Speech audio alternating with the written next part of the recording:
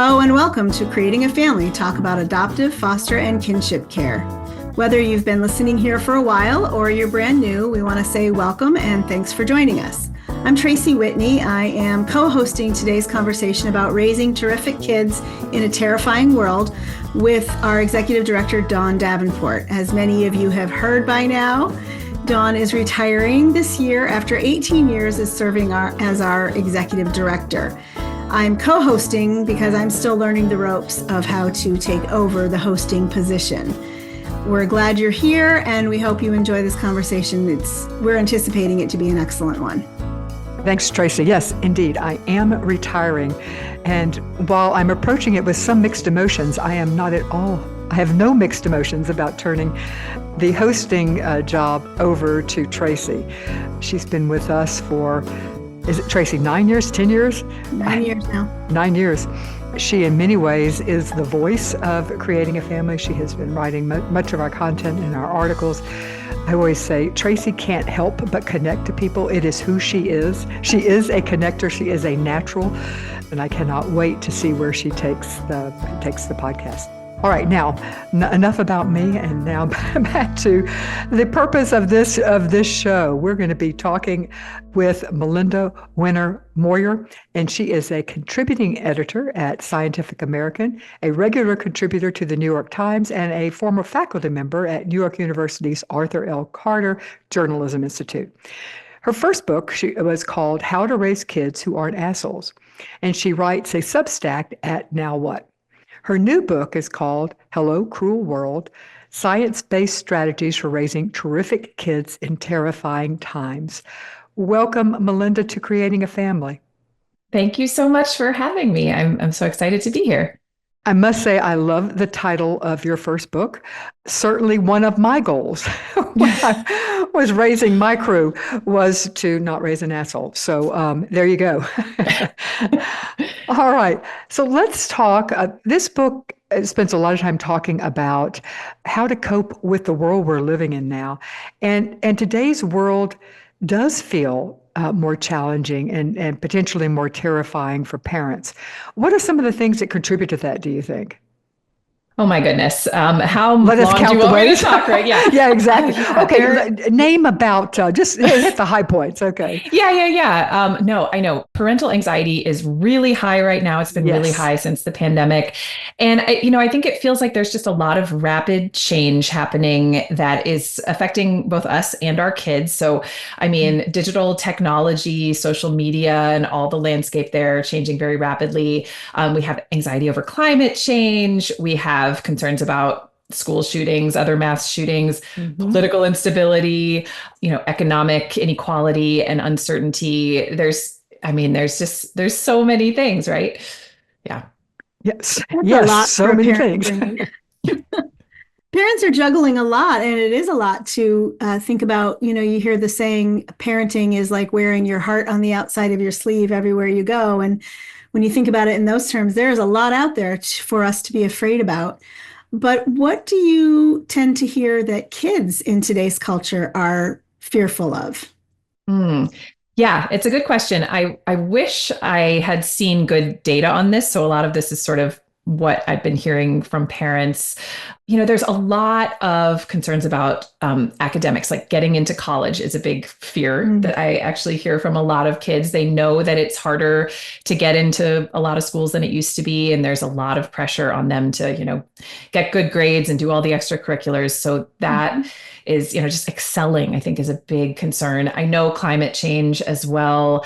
And, gun violence, my kids are nervous about that. They talk about that. They had a little bit of a scare at their school, nothing terrible, but there were fireworks going off. Then they didn't know if it was gunshots. And there was just wow, there was a lot of fear there, and I think they also, they sense our anxiety very, they're very keen observers. And when, we know that parental anxiety is so high, we know that kids are sensing that, seeing that, responding to that. And in some of the ways that we parent, we're kind of communicating that we're scared for them, and they're just sort of picking up on that general feeling. So yeah, there's a lot of different reasons for kids' fears. So, what are some of the things that we as parents and caregivers can kind of be on the lookout for that would clue us into the fact that our kids maybe are either picking up on our fears or kind of mulling over and stewing over their own fears? Yeah. Child anxiety can manifest in so many different ways, and it does depend on age as well. So, with a toddler, you might see a lot of clinginess. You might see a sort of slow to warm up in new situations, slow to feel comfortable with other people and with transitions. My kids, when they were younger, their anxiety manifested as a kind of rigidity and a need for stability and for predictability. So like anything that was new or unexpected would cause meltdowns. They wanted to know exactly what was coming when. There was this sort of need for rigidity and for this, sense of knowing what's to come. Sometimes with older kids, you might hear them talking about their fears, but you might also see them kind of shutting off, going into their rooms, being quiet, not wanting to talk as much. So it can show up as like a distancing or an irritability.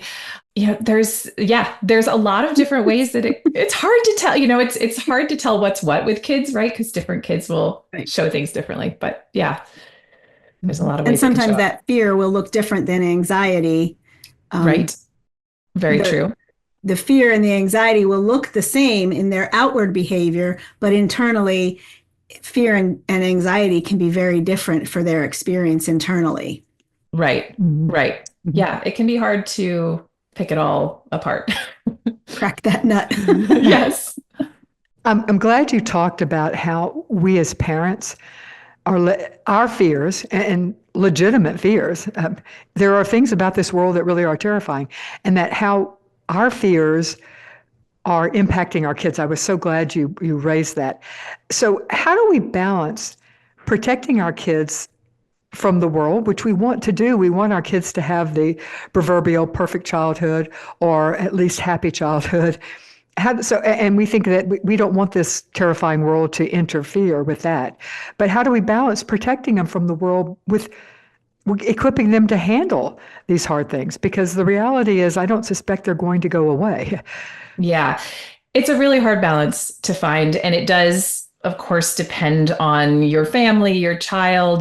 Different kids can handle different things, different types of conversations at different ages. But in general, what researchers say is that it is often more helpful to talk to kids about what's going on in the world than to fully try to protect them from it. Because the fact is, kids hear a lot from peers. They overhear things on the radio and the news. They see things on their iPads. And if we haven't, if something's going on in the world and we've really tried to shield them from it, all we're really ensuring is that what they do learn about it, they're not learning from us. They're learning it from whatever source of information. It might be a friend who's telling them something that's not really accurate. So what researchers generally say is that, as long as you do it in a way that ensures that kids still feel safe, and also, if you can find a way to bring in a sense of hope and agency, it is really helpful to talk to kids about the big things going on in the world, to, be very sort of just straightforward. Like, here's something that happened. You might hear about it at school, and I just want you to know what's going on, and also know what's not going on in case you hear something that might be inaccurate. But, also to do it with this, sense of ensuring that your child feels safe. And sometimes, like, here's what we can do about it. If it's something going on that you're not happy with in the world, you can say, okay, well, let's think about what we can do to push against this, to challenge this. Could we call our representatives together, or, whatever it is, to give kids this sense of, okay, this is not futile. This is not hopeless. We still have agency, even though there are these things going on. You talked about lifting the shield, and obviously age has to be a major consideration. But each kid is made different. I mean, we all come to this world with temperaments. How do we factor all of that in? Yeah. So we know our kids best. And, it's really hard to give there is no one size fits all parenting advice, right? Because it really does depend on the family, depend on our values, depends on our kids and their temperaments. I think, the more anxiety prone your child is, or maybe if they have experienced trauma, you really want to ensure that they feel safe. And so you might be a little more careful in how you talk about things. You might leave out some of the details that might just be too overwhelming for them at, whatever their age is or whatever their temperament is. You might, really talk about why they themselves are safe, how you're keeping them safe. And then again, like kind of really try to spend more on the hope side of it than on the doom side of it, right? But there are certainly some situations in which you might think my kid just really, this is going to send him down a spiral. This is not a good time. I mean, that's another thing too, is like finding the right time, talking to your kids about things when they're calm, when they're not exhausted, when they're not already, wound up about something else, and doing so in a really calm way as well is super important. Like trying to keep our own emotions in check, which can be hard. I know. Yeah. But to the degree that we can do that, that also is really important for these more like temperamentally sensitive kids. And keeping in mind that oftentimes kids who've been impacted by trauma, even if they seem more world-wise, are often emotionally younger than their same age peers. It's just something to note. Yeah. Absolutely. Yeah. So you mentioned that there's times that we would consider holding back the information or waiting a while to share that kind of information with our kids. What's the balance of that then? If there's a need to hold some information back, how do you decide what information to put forth? Yeah, that's a great question. Yeah, I know that's not an easy question. It's not, right? I mean, I think about, is my child likely to hear something about this through friends? That's what I'm thinking exactly. If they're going to hear about it, then I want to be part of it. I want to be the one that they hear it from. Yeah, exactly. And, you can also, I'm a big proponent of asking kids questions about, what they've heard, what they know about something, and then using what they say in response as a kind of gauge for what to say next. So yeah, if you're worried that they might have heard something already about an issue or something that happened, you can always say, hey, have you heard anything about something, anything going on in the world today, or have you heard anything about X, Y, or Z? And, if they say no, then you can decide, well, do I want to introduce them to it? Or, do I maybe not want to tell them that much right now? And they haven't heard about it, so it's okay. Of course, you run the risk of them saying, well, tell me more about it. What did happen? But you can, of course, sort of pick and choose the details that you share. Again, I think being honest is important, but you can also be selective in how much information you're sharing. Yeah, that's actually something that we've done in several scenarios of late. We will say, here's what we know. Here's what we think is important for you to know. We'd like you to be able to trust us that there's more to the story, but we don't feel like this is the right time or place to talk about the more, and we'll let you know when it is.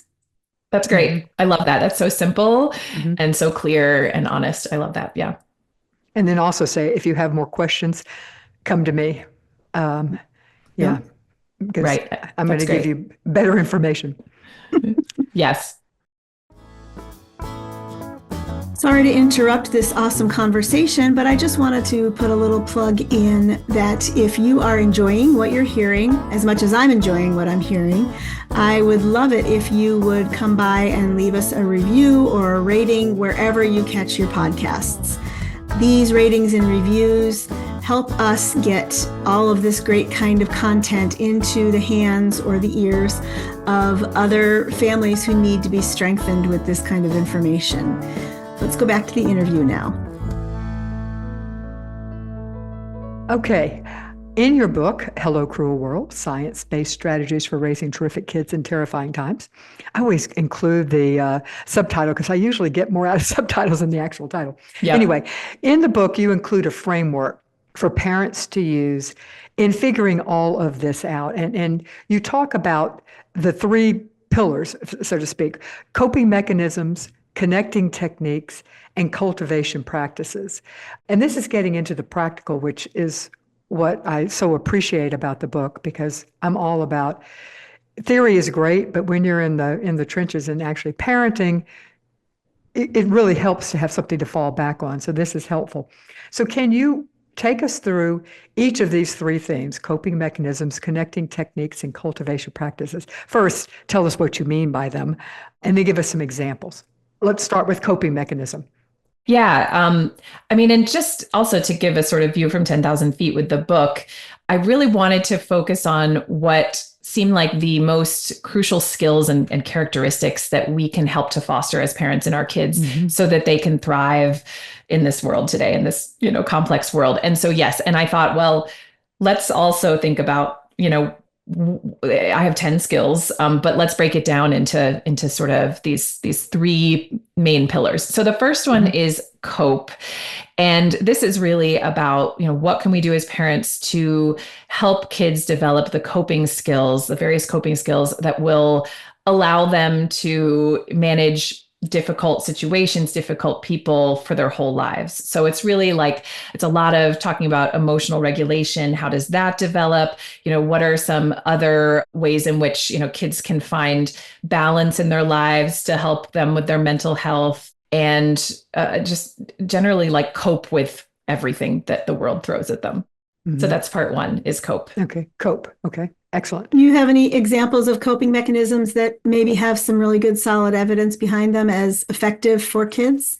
Yeah, with emotional regulation, we know that letting kids share how they feel, what they're dealing with, and really just listening in response and validating in response, rather than necessarily jumping in with let's fix this, but really just letting our kids feel heard and communicating to them that whatever feelings they're having are valid. That is super helpful, and that helps kids get in the practice of both recognizing their feelings and being able to sit with them, and then over time realizing and learning what coping skills work for them. Like for my daughter, I have a 10-year-old, and she knows that when she's feeling stressed, she wants to squeeze something. And this is something she's learned over time because we've had a lot of conversations. She's tried a lot of different things, and she's like, I'm a squeezer. I need something to squeeze when I'm feeling upset. And so it's great. Over time, she has learned that is what makes her feel better. But everybody's different. Everybody has different ways of coping, right? With different feelings. And it's all about giving kids the opportunity to figure out what works best for them. So I hear you saying a lot of kids need this emotional language or this emotional intelligence, but I've found in my kids, when I pair it with something physical, so, let's go out and shoot hoops and kind of talk while we're shooting hoops, or let's go walk the dog. So that physical outlet paired with the emotional exploration, labeling, and then talking about it. That's what I'm hearing you say. Yeah, absolutely. Yeah. And kids are really good at pairing the emotional with the physical. They're often better than adults in terms of also where they're feeling feelings in their body, like a physical manifestation of feelings. Kids can be very good at that, like saying, I feel this, I'm scared and I feel it in my stomach, and I feel this knot in my stomach. And they're really good at recognizing that too. So yes, pairing the physical with the, talking and emotional parts can be really helpful for kids. Can you give us, first of all, tell us what you mean by connection techniques? I think I know, but it would help to hear how you're defining it. And then give us some examples of that. Yeah. So connection, that feeling of being connected, a feeling of relatedness to others is so important for mental health, for resilience as well. Like having a strong, relationship with someone, at least one person, is so important for the development of resilience. So I really wanted in this section to explore what we can do as parents to help kids develop the skills they'll need to build and maintain connections with other people. So friendships, other kinds of relationships. And along with that, how to help them learn to treat others with compassion and respect, and, sort of what can we do to nudge empathy in the right direction. So, that section is really about what we can do to help kids build and maintain strong relationships. Mm-hmm. You talk about the parent-child attachment is a protective factor as well. Mm-hmm.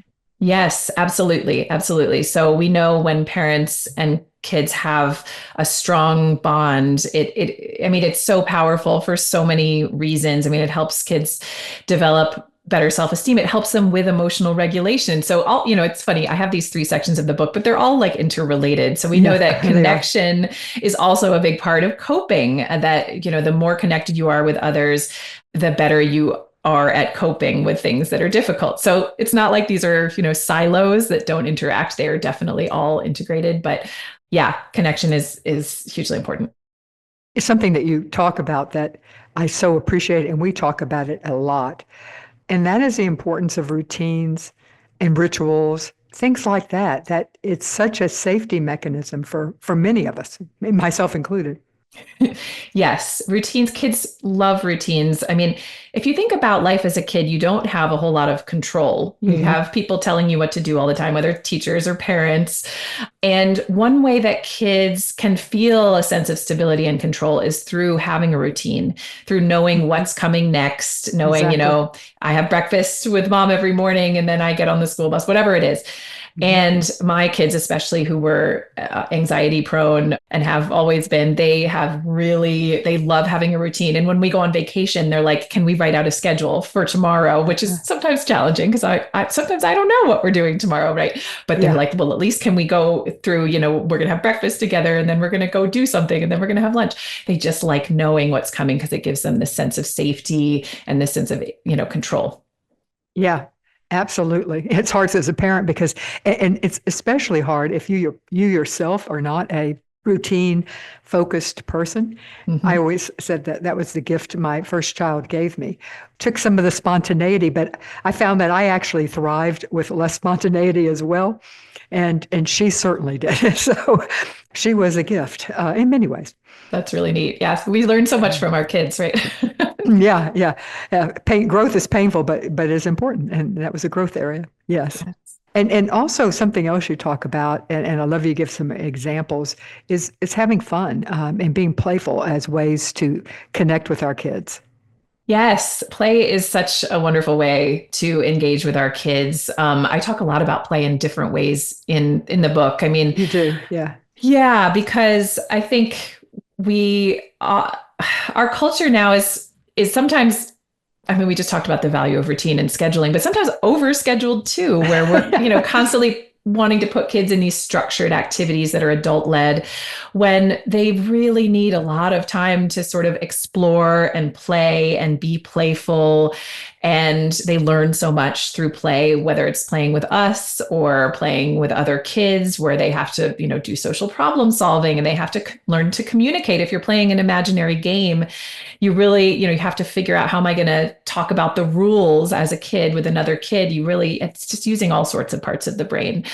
But yes, it's also a really powerful way for parents to connect with kids. It's just to sort of play a little bit with them. It doesn't have to be a whole lot every day, and engage in a playful way with them. It gives them this sort of, it's creative. It's also a feeling of safety that they get, I think, when they sense that we're being playful and we're kind of like on their level. And it's just a great way to connect. Yeah. I always say, find something that you truly like to do as a parent and bring your kids in on that too. Because sometimes it's one thing to play with your kids, you're playing My Little Pony or Hot Wheels, but you're really not enjoying it. Right. Or you're sitting there thinking, okay, how much play is okay, she said a couple of minutes. Okay, I can do 5 minutes here.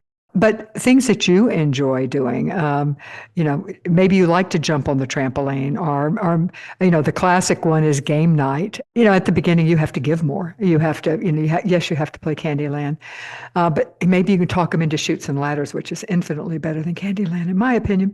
So, I mean, you can progress upwards, into things that you enjoy, or movie night, or going out for pizza, or just things that you would actually look forward to. I think kids can genuinely tell when we are having a good time with them, and there's nothing better for connection than to know your parents enjoy you.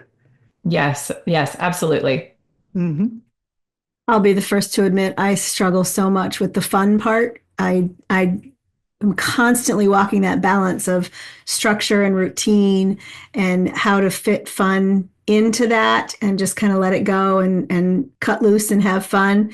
we tend to do kitchen dance parties where sometimes I'll just put some crazy music on and we'll just dance in the kitchen while I'm cooking, because it's kind of an easy way for me to have fun. And of course, who doesn't like to laugh at their mom and her ridiculous old lady dance moves? So it's kind of the mode that helps me usher in, but it's still very connecting because I'm being vulnerable and they're enjoying that vulnerability. And I feel like connection and vulnerability have to go hand in hand, especially when you're parenting kids that have experienced trauma or chaos or neglect. It gives them the message that it's okay to be vulnerable themselves, which then further builds that connection. So, good reminder to put more fun into my life. It's a good point, though, you're making, because it's a playfulness. It doesn't have to mean that, yes, you're sitting down playing, doing block building with your kids if you don't like that. But it's just like, are there subtle ways you can bring in some playfulness into your day? Whether it's, I mean, I love the kitchen dance party. I love a good kitchen dance party in my home too. And so it's not like you have to sit down and like play a game with your kid if you don't want to do that. It's like, what can we do to just inject some playfulness, some spontaneity, some joy into an everyday activity? Mm-hmm. I will put a plug in for front seat car dancing. That's even more fun because it totally embarrasses your kids while everybody's laughing. That's amazing. Yes. Sitting at an intersection, dancing in your front seat. I love it. So let's talk a little bit about the cultivation practices that you recommend for kind of scaffolding our kids for this ability to face the terrifying world. Yeah, this section was, I wanted a section that dealt with kind of like life skills that kids need to be able to engage with the tools of the world, and also maybe skills that will help them improve the world. I mean, all of these things like connection, building connections is also really important for all sorts of things in the world and bridging divides. So there's a lot of crossover in these sections, but I really wanted a section of the book that talked about like life skills. And so that's, media literacy, like how do we teach our kids media literacy? And what about financial literacy? What can we do to help kids understand money and finances and, develop the skills they need to be able to manage that in the future? And then I knew I needed to spend a lot of time talking about technology and what the research says there and what we can do to help kids develop a healthy relationship with technology. So those are like the three big areas in that section of the book. Yeah. And we have a lot of resources at Creating a Family for families that are struggling with or trying to wrap their minds around how to handle the technology thing. You can go to any of the search bar on our site anywhere and just type screens or managing technology, and you'll get a wide variety of resources to help you kind of tackle that. It's a big one. It's a huge one. And I feel like every milestone our kids reach as far as age and development and understanding of the world, a new level of technology is kind of invading that space. And if we don't capture it and kind of take hold of it first and set the course for how we want them to handle it, they're going to do it based on what everyone around them is doing, which may not align with your family values, but also might put them at great risk. And that's actually something I wanted to talk about within the cultivation practices. You talked a little bit about encouraging healthy risk-taking and autonomy and like risk assessment and stuff. Can you give us maybe some examples of what that looks like for a family raising kids that have experienced trauma? Yes, absolutely. So, I think one thing that's important to keep in mind is that in our culture right now, there are a lot of fear-based messages about that tell us that we should be protecting our kids against everything, whether it's negative feelings or failure, bad grades, stranger danger. Like there's just so many ways in which we're told that we should keep making sure our kids are comfortable, safe, happy all the time in every context. And of course, I mean, we want to be keeping our kids safe from like true threats and these are important things, but our culture and these sort of intensive parenting norms that have become really standard are telling parents, I think, to protect beyond what is helpful. And then we're in a situation where kids are really not having a lot of experience with healthy discomfort, with challenges, with, failing. And when kids aren't given these opportunities to experience these feelings, they don't develop the coping skills that they need through the experience of these feelings. And, they start to then avoid. I mean, if you have not really ever had a chance to fail, then failure just seems like this terrible, terrible thing that you should never experience. And then you might start as a child, like making choices to make sure that you never, ever get into a situation where you mess up or you fail or you make a mistake. So it just leads to more anxiety among kids, more fear, and just less resilience. Sorry, I went on a little tangent there, but I do think there are little ways in which we can help our kids, give our kids the opportunity to do things for themselves in ways where they might make mistakes that are not disastrous, but in which they can learn from. So I'll give an example from my very recent past, which is I was busy with work stuff. Actually, no, I'm in a choir, and I had a choir rehearsal one evening. And this was the night before my 14-year-old was going to go on a 2-night field trip up in the Catskills. I'm in New York. And I realized I couldn't help him pack. And I said, here's the packing list. You're going to have to pack everything yourself. And if you forget something, then you're going to forget something. And I knew that the camp where he was going, like, they weren't going to let him freeze to death. They weren't going to let him, die of thirst. But at the same time, he might be uncomfortable if he forgot his raincoat because it was supposed to rain, or if he forgot, the extra pair of shoes. So I gave him that. And I knew that this was something where I could give him ownership over it. Which might build confidence. And he thinks, that I think he can handle it. And that's a really nice thing for kids to feel, that their parents think they can handle something. But it also gives him the opportunity to mess up and then have to sort of live with it and realize, oh, okay, I did forget my raincoat, but I made it through, even though I got a little soaked. So it's like looking for opportunities in which we can step back and let our kids do things for themselves in ways where they might mess up a little, but it won't be a true disaster. It'll just be a little uncomfortable or, a little bit frustrating. I sometimes think that parents avoid situations like that because of their own discomfort. Yes. Am I going to be judged? Is the counselor or the teacher going to say, oh my God, what was this mother thinking? He didn't bring a raincoat. We sent home the list. What was she doing? That in our heads, we would be thinking, oh, we're going to be judged. Or that our anxiety is such that we are uncomfortable having our children out of our sight, sending your kid to another aisle in the grocery store. Oh, I forgot the peanut butter. Can you go back and you know what our peanut butter looks like? Can you go get it?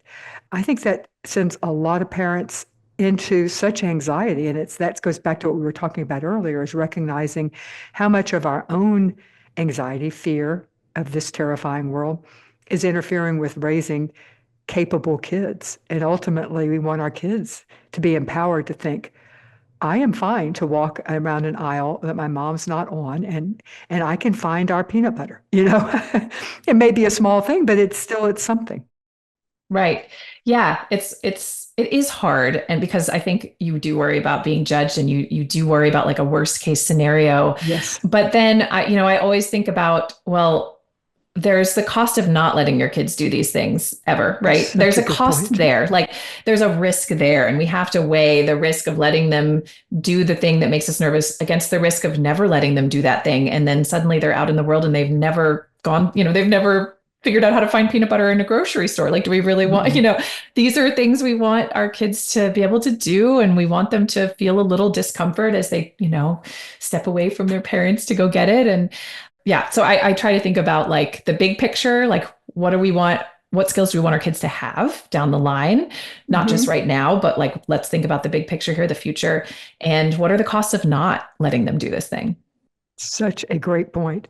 There's a risk both ways. Sorry, Casey, go ahead. And being honest with your kids about the fact that you are assessing the risk. I think models for them some great skills. We had an example in our own home. One of my children had some pretty serious anxiety about being left in a store. And I didn't find out about that anxiety until they were well grown. And so I used that information then to start equipping my other children who were younger, and started giving them small tasks for like finding the peanut butter in another aisle, So that's one of the benefits of a big family is you've got like lots of learning on the span of kids. But, talking with my children, number one, I'm sorry I wasn't aware that you were anxious about that. How can I help you the next time we encounter this situation? But then sharing that information among the rest of the family members, like, okay, so how can we equip the younger children so that when they do encounter something like this, they've got some skills and they have lived experience of somebody that they love and respect that overcame it.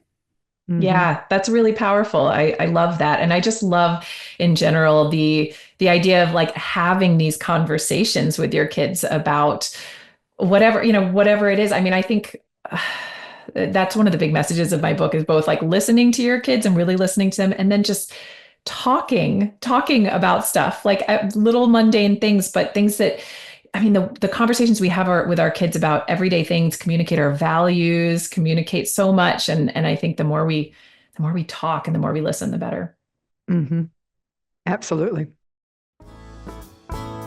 Want to take a moment and say thank you so much to Jockey Being Family for sponsoring the library of 15 free courses on the Creating a Family website. If you go to bit.ly/JBF support, you can find all 15 of the courses. You can take one, you can take two, you can take all 15 of them if you want. And each one of them is geared to specifically strengthen the family that you are raising. Go to bit.ly/JBF support. That's bit.ly/JBF support. Thanks so much, and we hope you enjoy the rest of the show. We've talked some about how things might be, how we could adapt what you're saying to children who have come to us at an older age or have come to us even if at a younger age, having experienced a chaotic home life or trauma or whatever. Are there any additional considerations that you would have for parents who are raising kids who've experienced trauma? And one of the things is anxiety. Some anxiety can be a higher issue, or some other internalized behaviors. Depression as well can be higher with our kids. Yeah, I think, we've already talked about the importance of establishing a sense of safety with kids. And I think that's really important for kids who may have experienced trauma. Also, I'm a big proponent of telling kids of our unconditional love for them.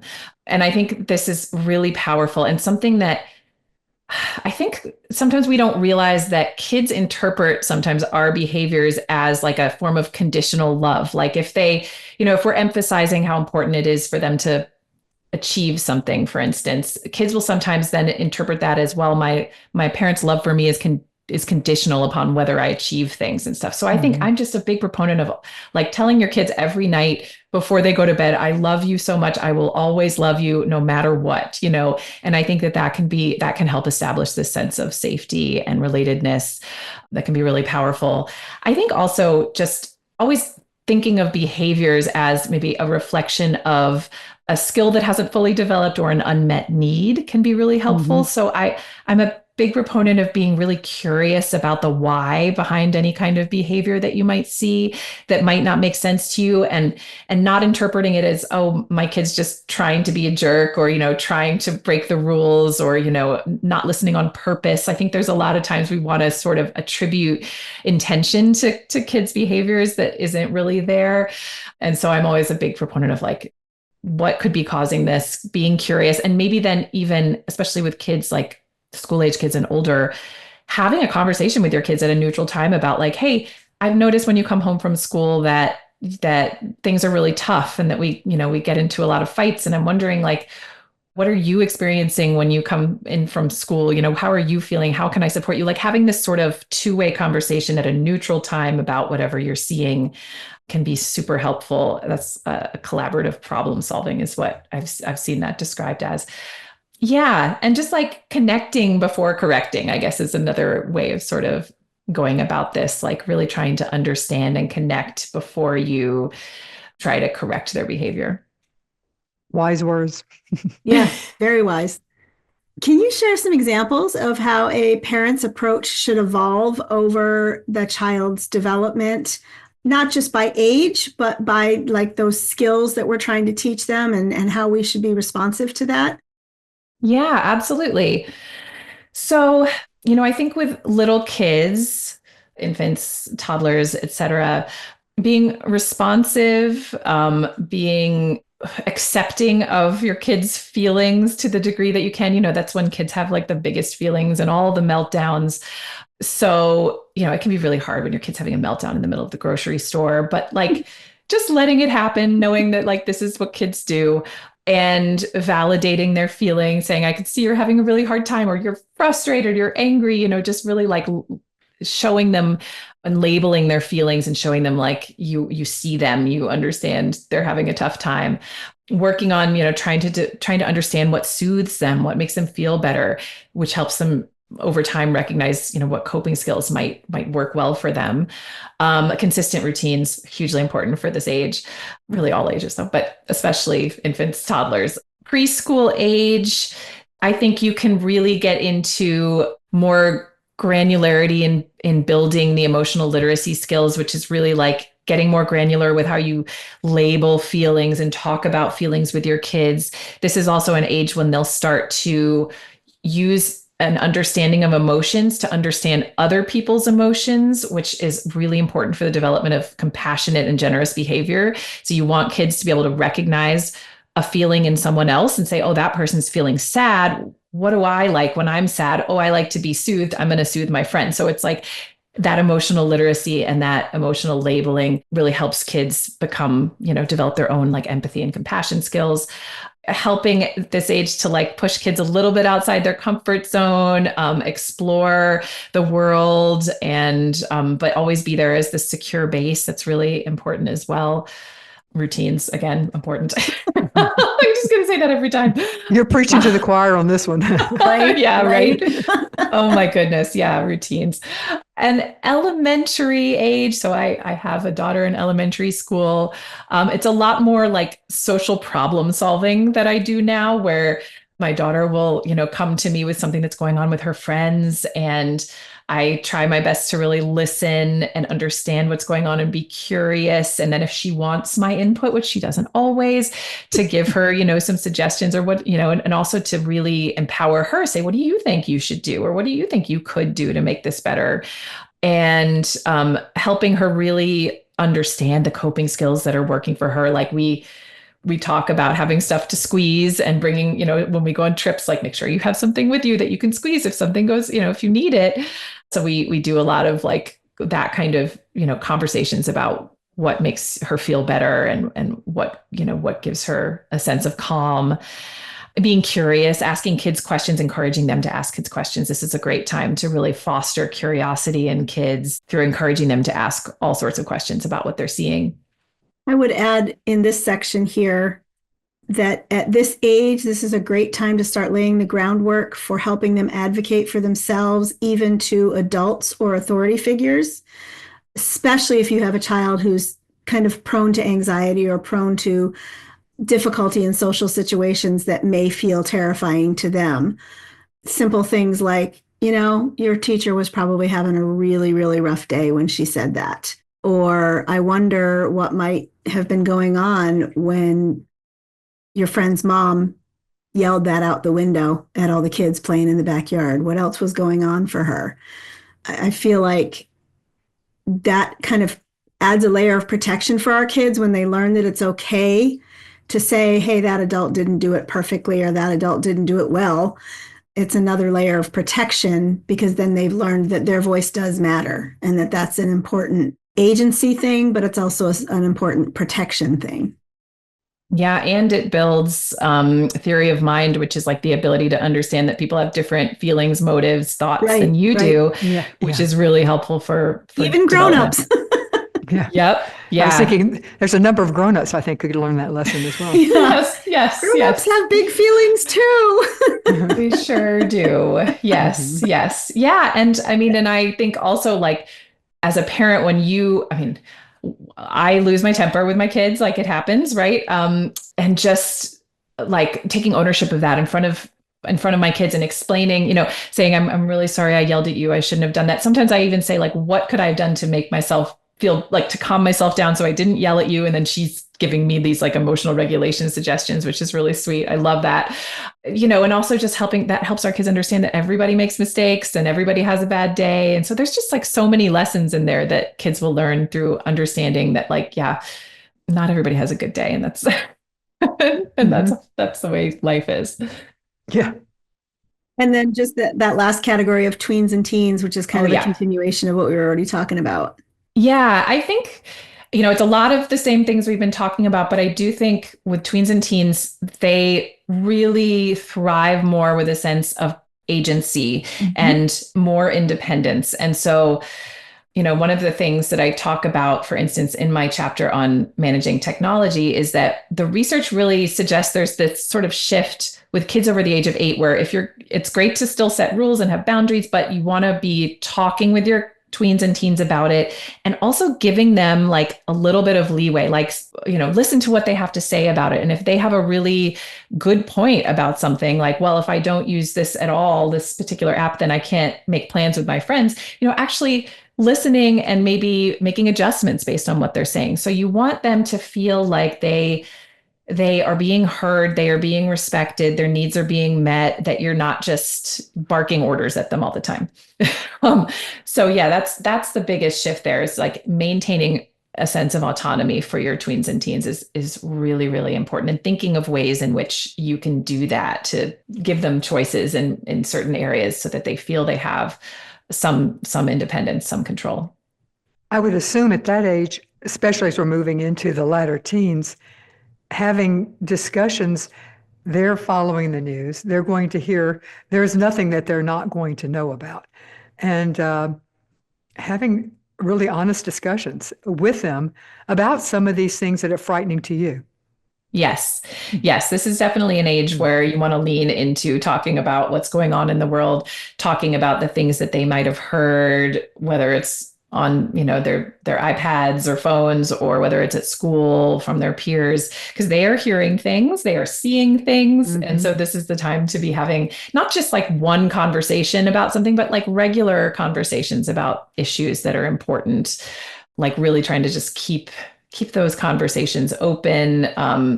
And I think one important thing that I learned from the psychologist, Lisa D'Amour, or one tip, I guess I should say, is that sometimes kids are going to want to connect with us, especially in the teen years, on their own terms, like when they want to do it. Often we think, okay, we're going to sit down at the dinner table and we're going to have the conversation of the day about whatever it is. And at that point, they do not want to talk, like they're just like shut down. But then at 9 p.m., when you're ready to go to bed, they come into your room and they're like, so this thing happened at school today. And, and that's the time when you don't want to talk because you're tired and you want them to go to bed. But that's the time they want to talk. And she says, look, let your teens and tweens have some of that control. Like, let them set the terms of when and where they're going to talk about things, and be open to that, even if it's a little bit frustrating and you wish it wasn't happening in that particular place and time. This also feels like a time that we an age in particular, that we can model optimism. And I think that's so important. Moral reasoning as well, but optimism, because when we're talking about a terrifying time, the terrifying times we are living in, I think we want our children to have a sense of optimism. And it's not all doom and gloom, Absolutely. That's so important. And it's such a good point. I think anytime we're talking about something that's scary or seems sad or hopeless, that if we can think of a way to talk about, okay, well, what can we do about this? Or how, what's something hopeful that we can bring into this conversation, and also like maybe give them a sense of agency of, okay, let's do some stuff to maybe push against this. Let's make some yard signs or whatever it is, to make kids feel like, okay, we actually, we do have agency, and we do have, we can collectively change the world, Mm-hmm. Yeah, we hear a lot of parents talk about, I want to raise a world changer, but it's on us to equip them to learn how to do that. And I love just saying this is a hopeful situation, as much as it's painful or scary or, terrifying more than scary. What can we do about it? And Can we go down and meet with the local legislators in person? And I'm happy to set up an appointment if that's what you want to do. And letting them find a cause that's near and dear to their heart. You mentioned at the beginning that a lot of young people are really worried about climate change. Well, you may not be worried about climate change, but if your kid is, jump on board with them and say, okay, so what can we do here at home? And then what can I help you do outside of our home that will make you feel confident that you get to have a hand in the world that you're going to inherit? Yeah, absolutely. And in the process, they might learn about, how local governments work and how, Right. how Right. change happens because they will be a part of it. And that's really, really powerful. Something that I found myself saying, particularly with one of my kids who tended to see who tended to spin and see the worst. I would say, in my experience, the worst often doesn't happen. It can, because that's what the response would be. And I went, no, it can, you're right. But in my experience, most often the very worst thing we're thinking doesn't happen. And I felt like that was a powerful thing that I wanted all of my kids to know, and a way of instilling some optimism. Yeah, I really like that approach because it's both you are instilling wisdom, but you're also really that was a very respectful way of, you weren't saying, "Oh, you're wrong. You don't need to worry about this." You're saying, "Yes, you're right. This could happen." In my experience, it doesn't usually happen. Yeah, I really like that. Mm-hmm. All right. Well, I think I'll close us out then. Okay. The book is called Hello, Cruel World, Science-Based Strategies for Raising Terrific Kids in Terrifying Times. It is a great book. We want everybody to read go out and buy it and read the entire book. However, if you could leave us with what is it that you would, if you could say one thing that you want parents to take, or one chapter that you think is the most impactful for parents, or one message to take away, what would it be? I would say to think about preparing your kids rather than protecting them, which is one of the key messages of the book. And I think something that all parents today really need to hear. And it's really that zooming out, like it's not just thinking about my kid in this moment and how and what might be, hard for them. It's like, what decision can I make in this situation that's going to equip them and going to give them the experience that maybe will help build skills and help them develop the experiences and the skills they need to be able to handle things in the future. So it's like less present, more future focused. And so it's really preparing rather than protecting. Mm-hmm. Well, thank you so much. This was an enjoyable book. Again, Hello, Cruel World, Science-Based Strategies for Raising Terrific Kids in Terrifying Times. Thank you so much, Melinda Moyer, for being with us today to talk about this. We appreciate it, truly. Thank you so much, Dawn and Tracy. This was wonderful.